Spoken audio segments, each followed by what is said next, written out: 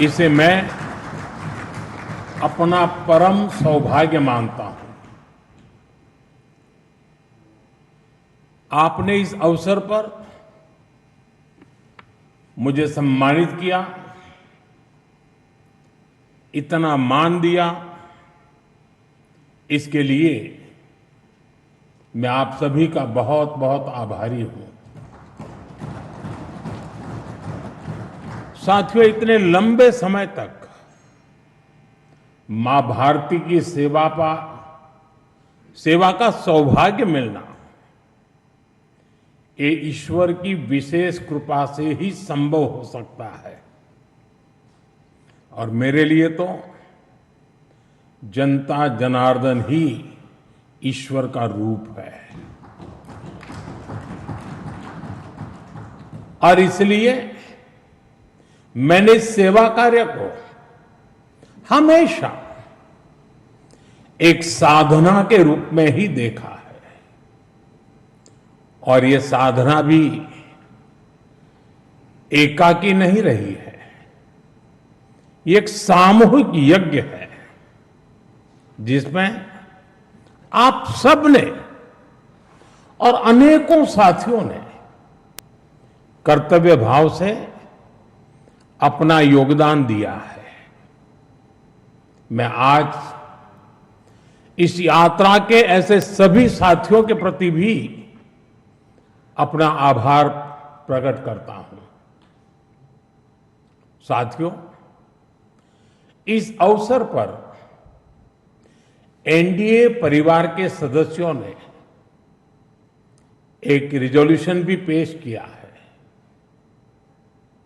ये आप सबकी आत्मीयता और उदारता है, क्योंकि मैं इस यात्रा को अपनी व्यक्तिगत उपलब्धि नहीं मानता हूं।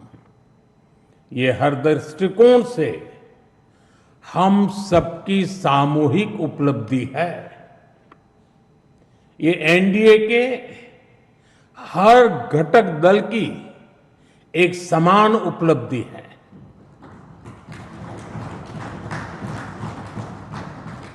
इसलिए मैं इस प्रस्ताव को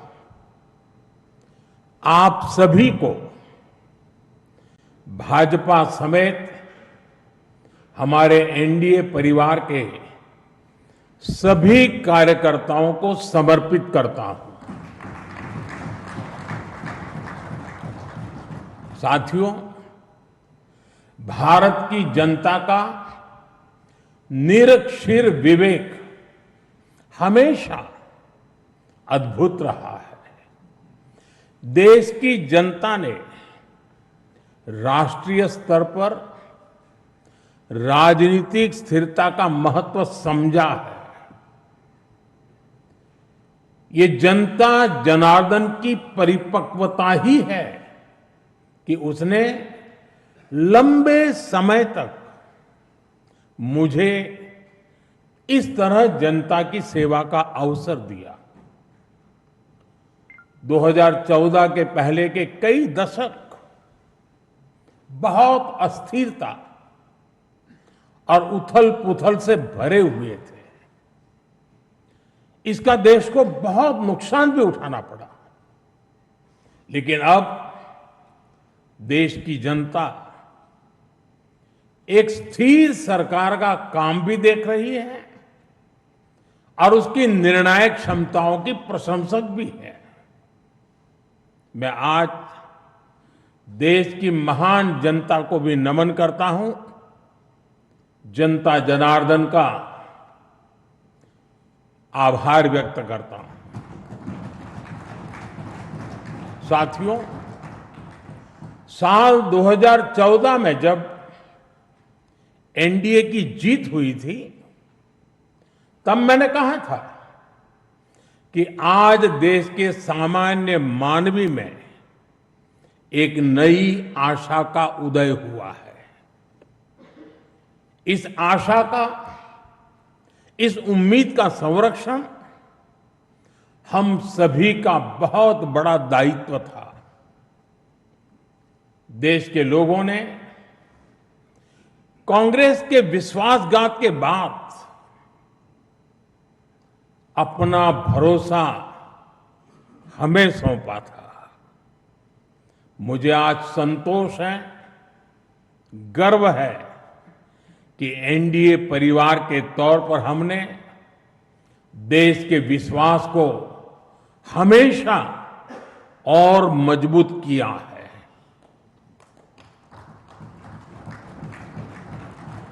- 2014 में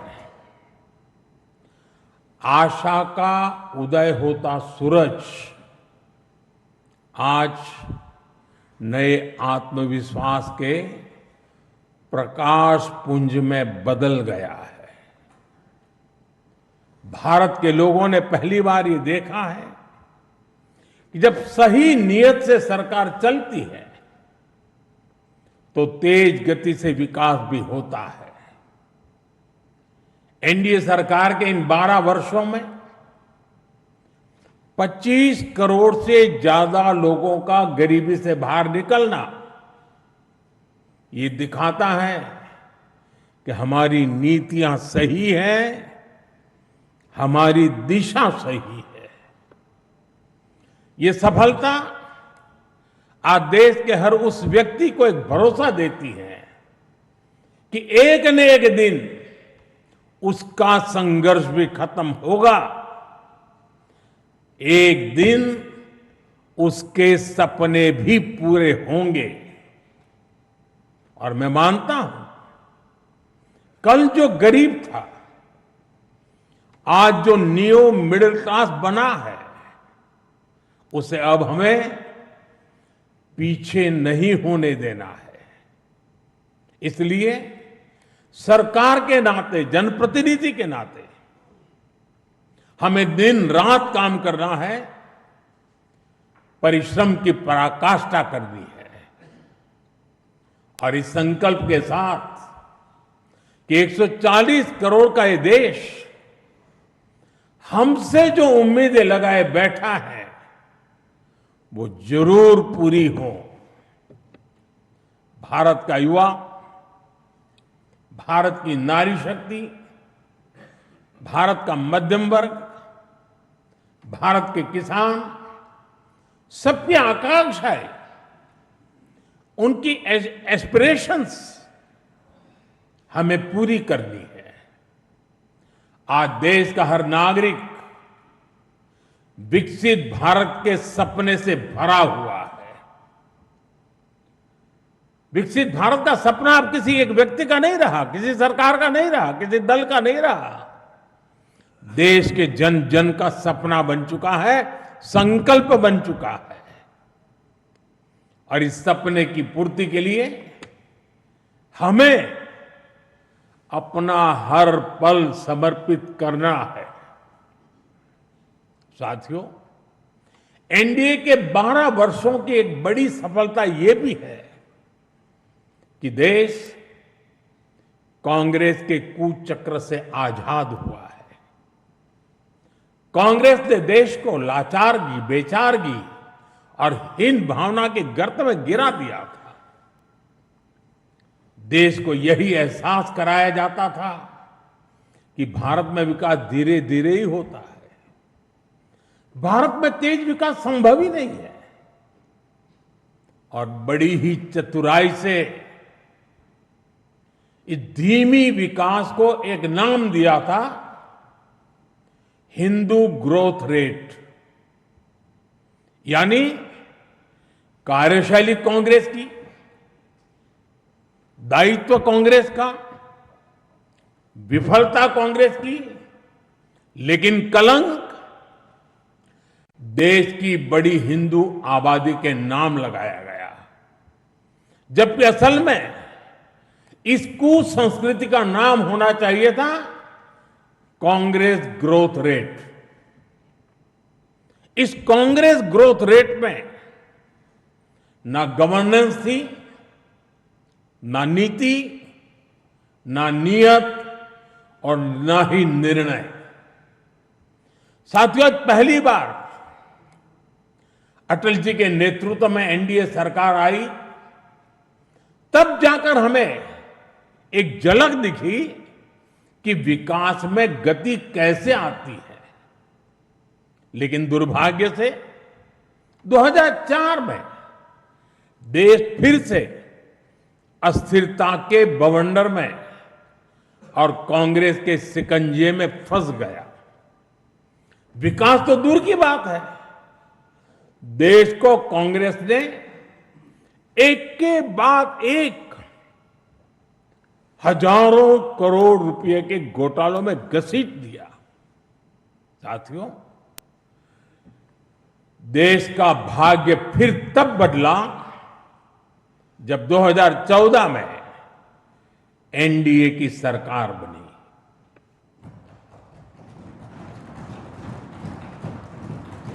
देश ने देखा कि जब नियत, नीति और निर्णय तीनों एक साथ काम करते हैं तो विकास की गति कैसी होती है। देश ने देखा कि जो काम दशकों में होते थे वो काम महीनों में होने लगे।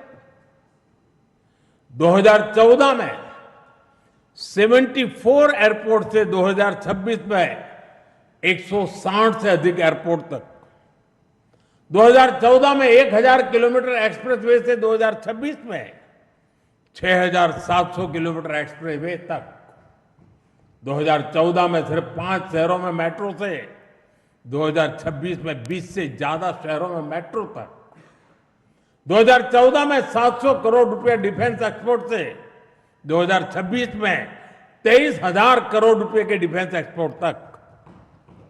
देश ने बहुत लंबी यात्रा तय की है। साथियों, 2014 में देश में केवल 25 करोड़ इंटरनेट यूजर थे। आज 100 करोड़ से अधिक यूजर इंटरनेट से जुड़े हैं। 2014 में डिजिटल पेमेंट्स ना के बराबर थे। आज भारत डिजिटल ट्रांजैक्शन में नंबर 1 देश है। 2014 में भारत अपनी जरूरत का ज्यादातर मोबाइल बाहर से मंगाता था। आज भारत 33 करोड़ से अधिक मोबाइल हैंडसेट खुद बनाता है। 2014 में सोलर क्षमता केवल 2.5 गीगावाट थी। आज यह 150 गीगावाट से अधिक है। 2014 में एथेनॉल ब्लेंडिंग केवल 1.5% था। आज यह 20% तक पहुंच चुकी है। 2014 में देश की एक भी सेमीकंडक्टर यूनिट नहीं थी। आज देश में बन रही 10 से ज्यादा सेमीकंडक्टर यूनिट्स भारत को आधुनिकता की तरफ ले जा रही है। साथियों, हमने देश की जरूरतों को अपनी नीतियों और निर्णयों का आधार बनाया। नई सोच से नए फैसले लिए। हमने युवाओं के लिए स्किल डेवलपमेंट मिनिस्ट्री बनाई। सहकारी क्षेत्र को मजबूती देने के लिए अलग कोऑपरेटिव मिनिस्ट्री बनाई। हमारे मछुआरे भाई बहनों के लिए अलग फिशरीज मिनिस्ट्री बनाई। हमारा फोकस क्लियर था, विकास की इस दौड़ में कोई पीछे न छूटे। साथियों, हमने दिव्यांगजनों के लिए कानून बनाया। आदिवासियों के लिए जनमन जैसी योजनाएं शुरू की। पशुपालकों और मछुआरों को पहले किसान क्रेडिट कार्ड का लाभ नहीं मिलता था। हमने उन्हें भी इस सुविधा से जोड़ा। और इतना ही नहीं, हमारी सरकार ने रेहड़ी पटरी वालों को भी स्वनिधि क्रेडिट कार्ड की सुविधा दी। साथियों, सवाल यह है कि अगर 12 साल में इतना कुछ हो सकता है तो फिर दशकों तक क्यों नहीं हुआ। ये कांग्रेस ग्रोथ रेट और एनडीए ग्रोथ रेट का अंतर है। एक व्यवस्था लोगों को इंतजार कराती थी। आज की व्यवस्था परिणाम दिखाती है। एक व्यवस्था काम अटकाती भटकाती थी। आज की व्यवस्था कहती है काम अभी होगा, समय पर होगा और बड़े पैमाने पर होगा। और इसलिए साथियों, 2014 से 2026 की कहानी केवल आंकड़ों की कहानी नहीं है। यह उस भारत की कहानी है जिसने पहली बार अपनी पूरी क्षमता के साथ दौड़ना शुरू किया है। वो भारत जो बड़े लक्ष्य तय कर रहा है और इन लक्ष्यों की प्राप्ति के लिए जी तोड़ मेहनत कर रहा है। साथियों, एनडीए के 12 वर्षों की उपलब्धियों की एक और विशेषता है। हमें ये उपलब्धियां वैश्विक अस्थिरता और अशांति के दौर में हासिल हुई है।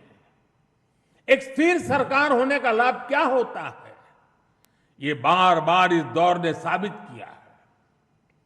कोरोना के समय को हम कभी नहीं भूल सकते, जब हर तरफ हाहाकार मचा था, लेकिन भारत उस हालात को मुकाबला करते हुए भी सफलता से आगे बढ़ा। साथियों, दुनिया के बड़े बड़े देशों की अर्थव्यवस्थाएं संघर्ष कर रही है, तब भी 2025-26 में भारत ने 7.7% की ग्रोथ रेट हासिल की है।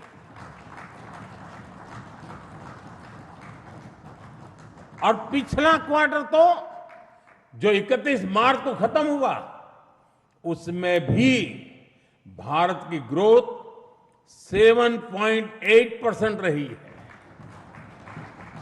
ये सफलता इतनी आसान नहीं है दोस्तों।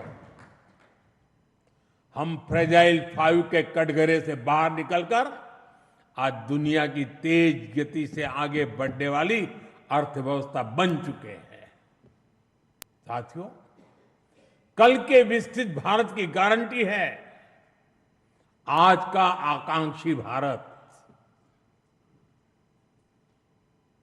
आकांक्षी भारत के गर्भ में विकसित भारत पल रहा है।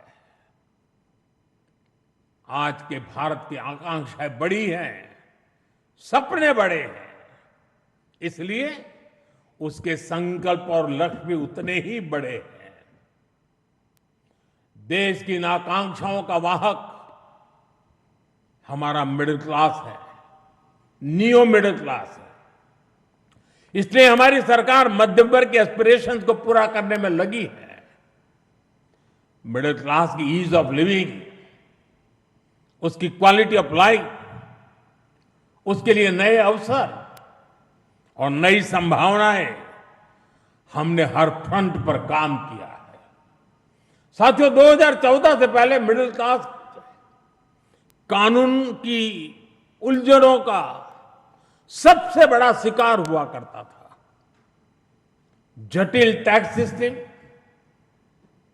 आमदनी के सीमित स्रोत और टैक्स का बड़ा बोझ, खराब गवर्नेंस की मार, ये सब सामान्य मानवीय के लिए डेली लाइफ की चुनौती होती थी। लेकिन हमने मिडिल क्लास की परेशानियों को समझा, हमने मिडिल क्लास की आकांक्षाओं को समझा और इसलिए आज 12 लाख रुपए तक की आमदनी पूरी तरह से टैक्स फ्री है।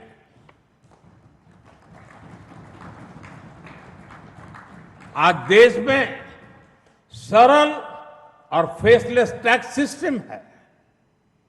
अच्छे इंफ्रास्ट्रक्चर से उनका जीवन आसान हुआ है। साथियों, बीते 12 वर्षों में मिडिल क्लास परिवार के बच्चों के लिए हर क्षेत्र में नए अवसर बने हैं। मध्यम वर्ग के घर का सपना पूरा हो सके, सरकार इसमें भी मदद कर रही है। घर में इलाज के खर्च का बोझ कम हो, इसके लिए आयुष्मान भारत योजना में बिना आय सीमा के बुजुर्गों को भी शामिल किया गया है। जीएसटी रिफॉर्म का भी बहुत बड़ा लाभ देश के मध्यम वर्ग को हुआ है। उसके लिए हेल्थ इंश्योरेंस सस्ता हुआ है, उसके सपनों से जुड़ी चीजें सस्ती हुई है।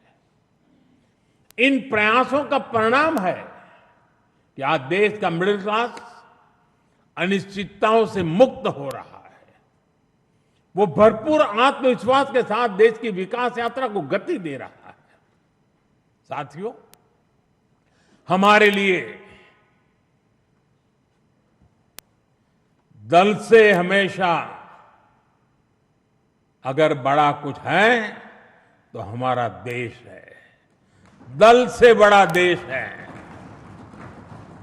और जब नेशन फर्स्ट, देश प्रथम की भावना से काम होता है तो कोई भी निर्णय कठिन नहीं होता।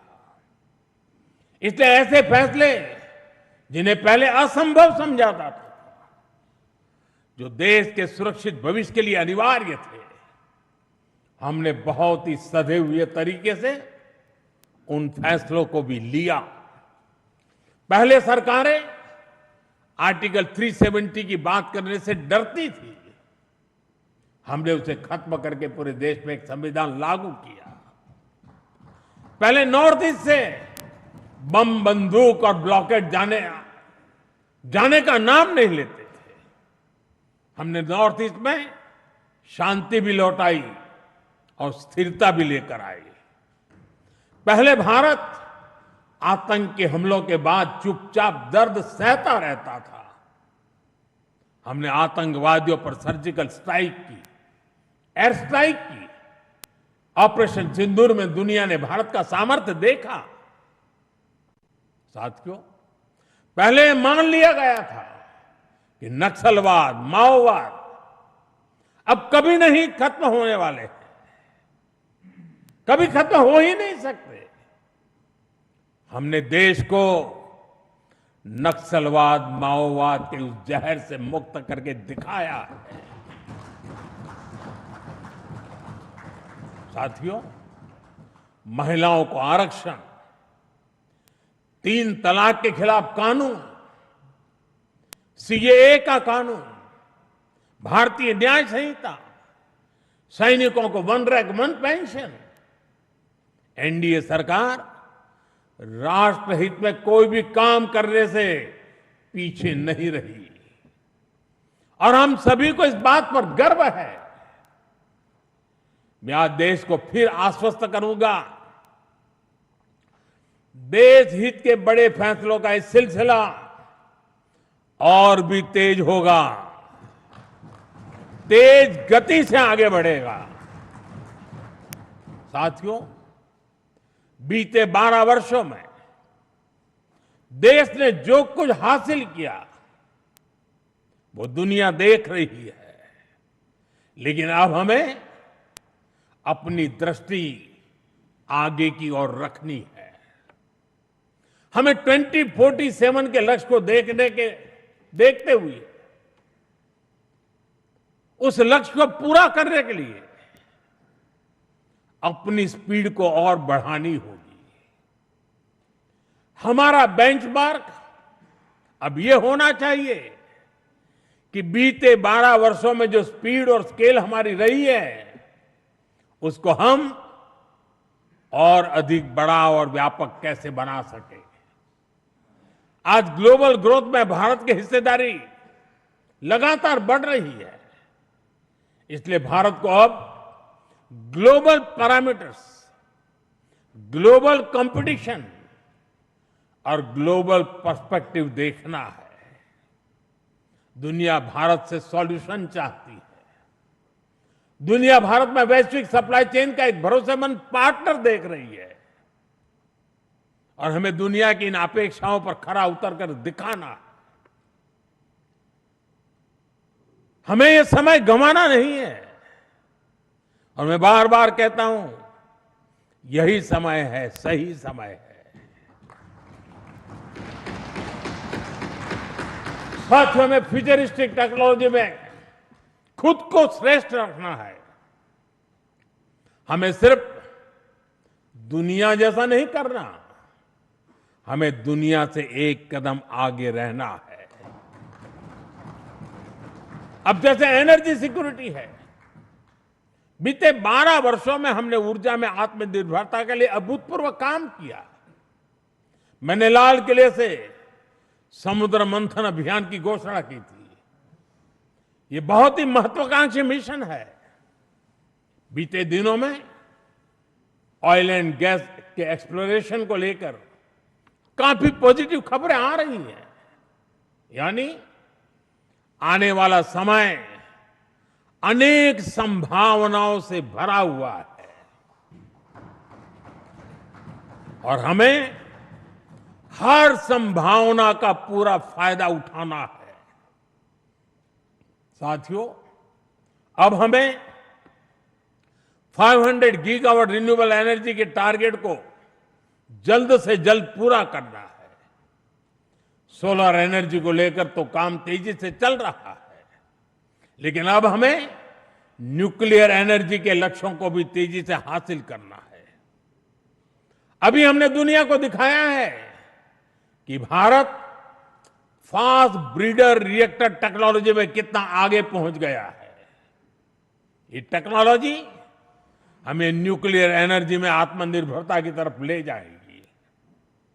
इसी तरह ग्रीन हाइड्रोजन और ग्रीन अमोनिया के मामले में भारत बहुत तेजी से काम कर रहा है। आने वाले समय में ये टेक्नोलॉजी भारत को ग्लोबल ग्रीन एनर्जी मैप में सबसे प्रमुख बना पाएगी और ये नाम बनना पक्का है। साथियों,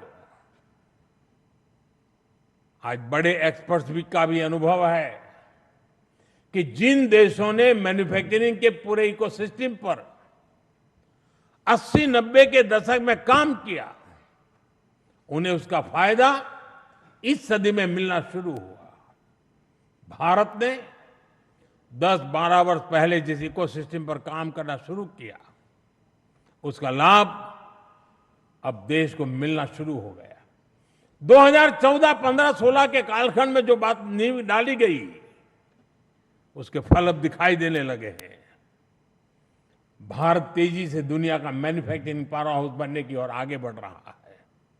साथियों, energy, minerals, chip, battery storage, space, drone, data centres, quantum computing, artificial intelligence, ऐसे हर सेक्टर, हर टेक्नोलॉजी एक दूसरे से जुड़ी हुई है। ये एक दूसरे की पूरक है। भारत इनके लिए विदेशों पर निर्भर नहीं रह सकता, क्योंकि ये भारत की आर्थिक और स्ट्रेटेजिक हर प्रकार की सिक्योरिटी से जुड़े विषय है। और तभी भारत सेमीकंडक्टर इकोसिस्टम पर इतना फोकस कर रहा है, तभी क्रिटिकल मिनरल्स को लेकर मिशन बोर्ड पर काम चल रहा है। साथियों, शिपिंग सेक्टर में भारत आत्मनिर्भरता के नए लक्ष्यों के साथ आगे बढ़ रहा है। हम एक ऐसे फ्यूचर की तरफ बढ़ रहे हैं जहां हम मेड इन इंडिया शिप पर ट्रेड करेंगे और कंटेनर भी मेड इन इंडिया होंगे। शिप मेंटेनेंस और रिपेयर से लेकर स्क्रैपिंग तक की सर्विसेज भी भारत देगा। यही विजन हमारे एविएशन सेक्टर के लिए है। आज हम made in India transport aircraft बना रहे हैं। वो दिन दूर नहीं जब Bharat made in India civil aircraft भी बनाएगा।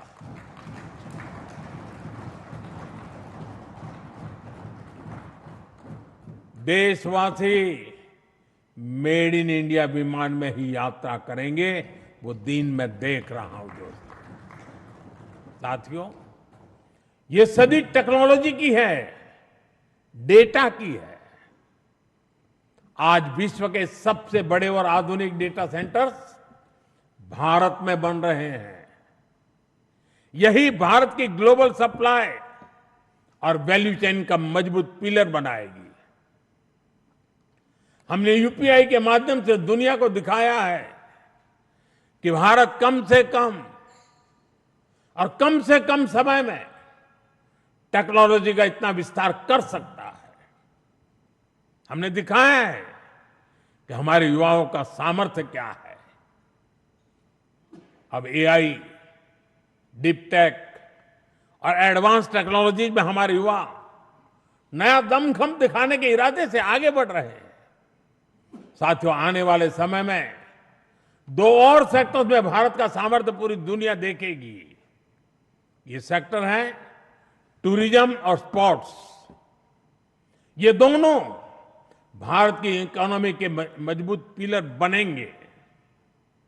विशेष रूप से कॉन्फ्रेंस, एग्जीबिशन और कॉन्सर्ट के मामले में भारत एक ग्लोबल डेस्टिनेशन बनने के लिए अब पूरी तरह सज रहा है।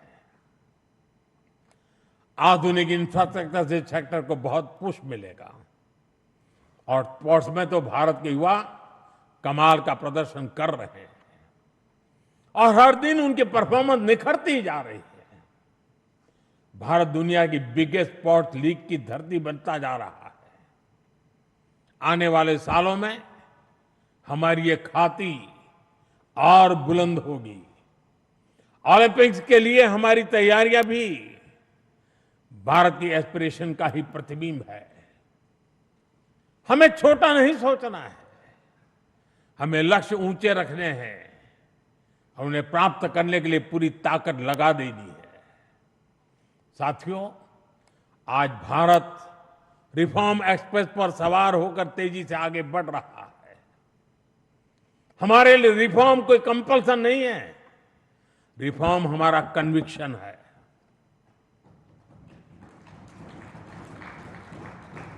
और देश भी निरंतर रिफॉर्म्स को सपोर्ट कर रहा है। साथियों, देशवासियों की सहभागिता की हमारी बहुत बड़ी शक्ति है। ये 12 वर्ष सरकार और समाज की सहभागिता का उत्सव मनाने वाले रहे हैं। बीते 12 वर्षों में मैंने जो भी सहयोग देश से मांगा, देशवासियों ने दिल खोल करके साथ दिया है। मैंने स्वच्छता का आग्रह किया तो पूरा देश निकल पड़ा। मैंने देश से डिजिटल पेमेंट अपनाने के लिए आह्वान किया तो भारत रियल टाइम ट्रांजैक्शन में दुनिया में सबसे आगे निकल गया। मैंने कोरोना महामारी के दौरान एकजुटता का, संयम का आग्रह किया तो देश ने एकजुट होकर उस महामारी का सामना किया। जनता ने कभी हमें निराश नहीं किया। साथियों, आने वाले समय में भी इसी जन विश्वास और जन भागीदारी के साथ हमें आगे बढ़ना है। सबका साथ, सबका विकास, सबका विश्वास और सबका प्रयास, ये हमारा मंत्र रहा है। सबका प्रयास ही विकसित भारत के निर्माण की असली ऊर्जा है। हमें हर राज्य, हर शहर, हर गांव को जोड़ना है। अब समय आ गया है कि राज्यों के बीच नई प्रकार की तंदुरुस्त स्पर्धा, स्वस्थ स्पर्धा हो। स्पर्धा इस बात की हो कि कौन सा राज्य सबसे तेजी से $1 ट्रिलियन इकोनॉमी बनता है। स्पर्धा इस बात की हो कि कौन सा शहर इनोवेशन का सबसे बड़ा केंद्र बनता है। स्पर्धा इस बात की हो कि कौन सा क्षेत्र रोजगार सृजन में सबसे आगे निकलता है। भारत की प्रगति राज्यों की ऐसी प्रगति से ही होने वाली है। आइए अगले दशक को उपलब्धियों के साथ साथ श्रेष्ठता का भी दशक बनाएं।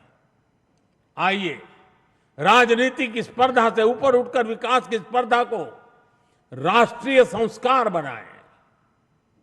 12 वर्षों की यात्रा उपलब्धियों की रही है। आने वाले वर्ष और भी नई सिद्धियों के होंगे, और भी बड़ी सिद्धियों के होंगे। इसी विश्वास के साथ आप सभी का मैं फिर से अंतःकरण पूर्वक आपके साथ सहयोग, समर्थन के लिए आभार व्यक्त करता हूं। मैं सर झुका करके देश के कोटि कोटि नागरिकों को नमन करता हूं। उनके आशीर्वाद ने हमें एक ऊर्जा दी है, शक्ति दी है, प्रेरणा दी है, प्रोत्साहन दिया है। ये जनता जनार्दन के चरणों में सर झुका करके प्रणाम करते हुए आइए एक नए विश्वास के साथ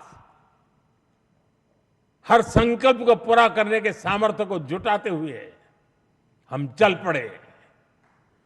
देशवासियों के सपनों को हमारे संकल्प बनाए। हमारा पल पल देशवासियों के संकल्पों की साकार करने की यात्रा का अहम पड़ाव बनता चले। इसी भावना के साथ देशवासियों के ऊपर पूरा भरोसा करते हुए आओ निकल पड़े। बहुत बहुत धन्यवाद।